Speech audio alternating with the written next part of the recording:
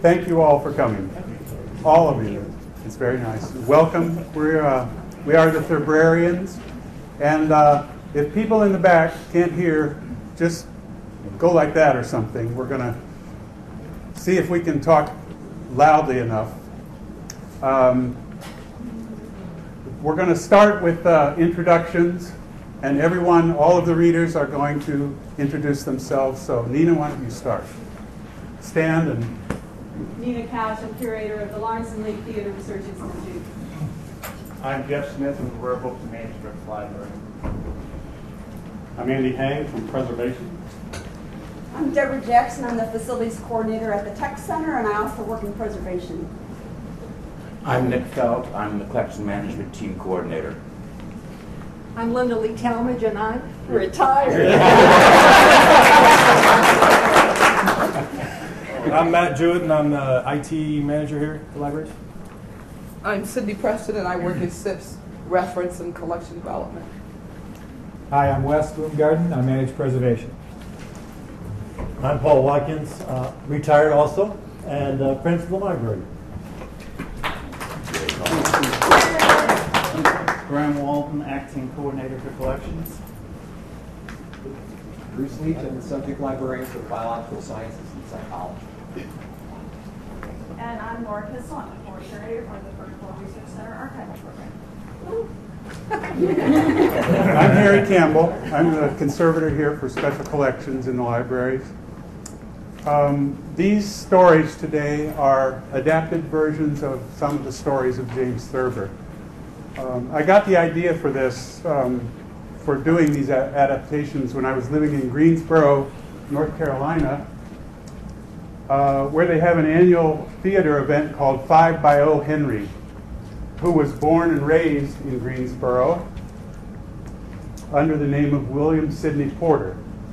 Each year, 5 of O. Henry's 350-some stories are adapted into short plays, and it's a very popular event. And I thought when I came back here to Columbus that why doesn't someone do that with Thurber in Columbus? And when I returned here in 2002, I started working on these. Well, this wasn't an original idea, as there already existed here in Columbus and still does the Thurber Chamber Theater. Some of their members are here today. The director, Sue Campbell. And in fact, one of our readers, Paul Watkins, who's moonlighting here today, is also a member of that group. 5 of the stories today are from the 1930s and were published in the New Yorker and various Thurber books. In these adaptations, the dialogue is practically word for word from the stories. But I would recommend reading them in their original form. Might be good summer reading. So, we'll begin with Mr. Preble Get Rid of His Wife. This was first published in the New Yorker in March 1933. Later in the Thurber's Middle-Aged Man on the Flying Trapeze, 1935. And also it was included in the Thurber Carnival in 1945. So, Mr. Preble Gets Rid of His Wife.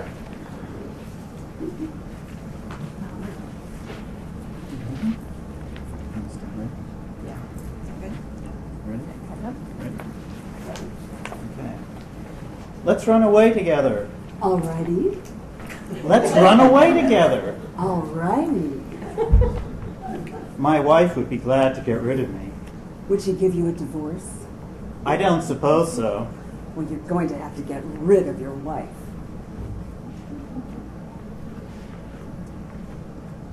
Let's go down in the cellar. What for? Oh, I don't know.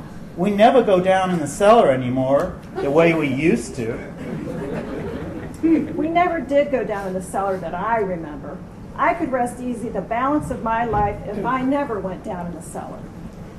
Supposing I said it meant a whole lot to me. What's come over you? It's cold down there and there's absolutely nothing to do. We could pick up pieces of coal. We might get up some kind of a game with pieces of coal. I don't want to. Anyway, I'm reading. Listen, why won't you come down in the cellar? You can read down there, as far as that goes.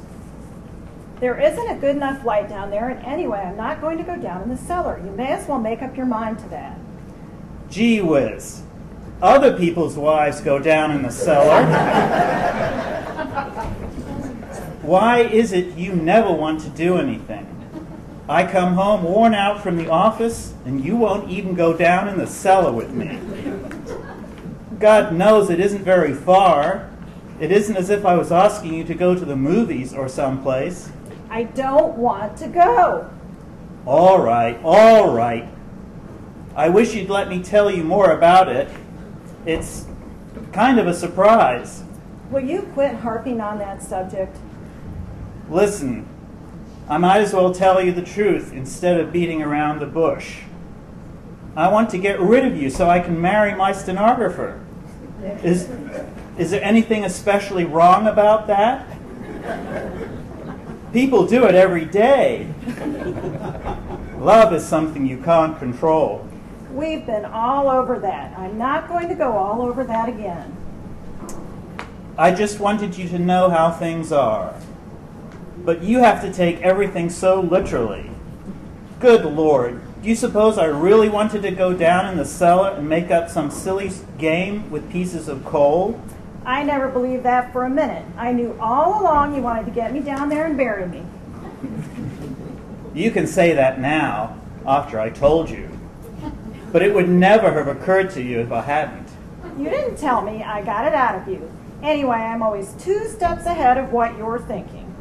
You're never within a mile of what I'm thinking. Is that so? I knew you wanted to bury me the minute you set foot in this house tonight. Now that's just plain damn exaggeration. You knew nothing of the sort. As a matter of fact, I never thought of it till just a few minutes ago.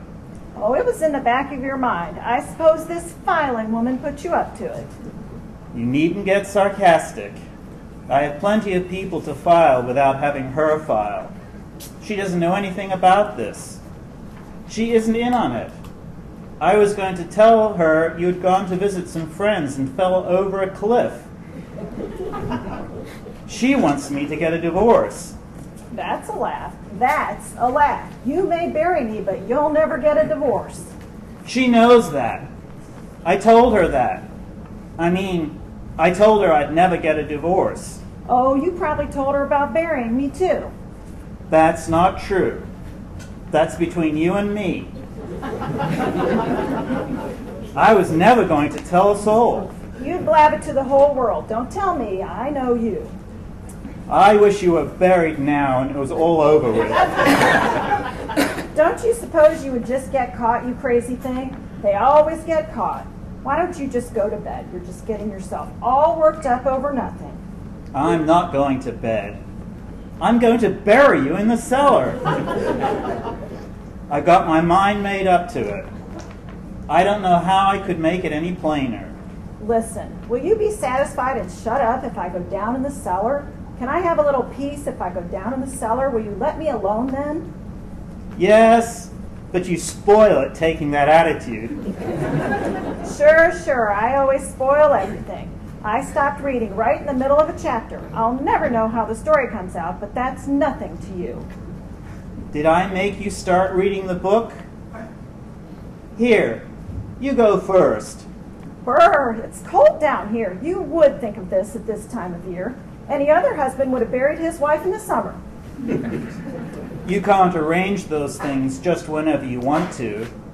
I didn't fall in love with this girl till late fall. Anybody else would have fallen in love with her long before that. She's been around for years. Why is it you always let other men get in ahead of you?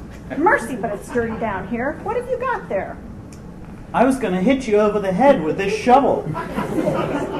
You were, huh? Well, get that out of your mind. Do you want to leave a great big clue right here in the middle of everything where the first detective that comes snooping around will find it? Go out in the street and find some piece of iron or something. Something that doesn't belong to you. Oh, all right.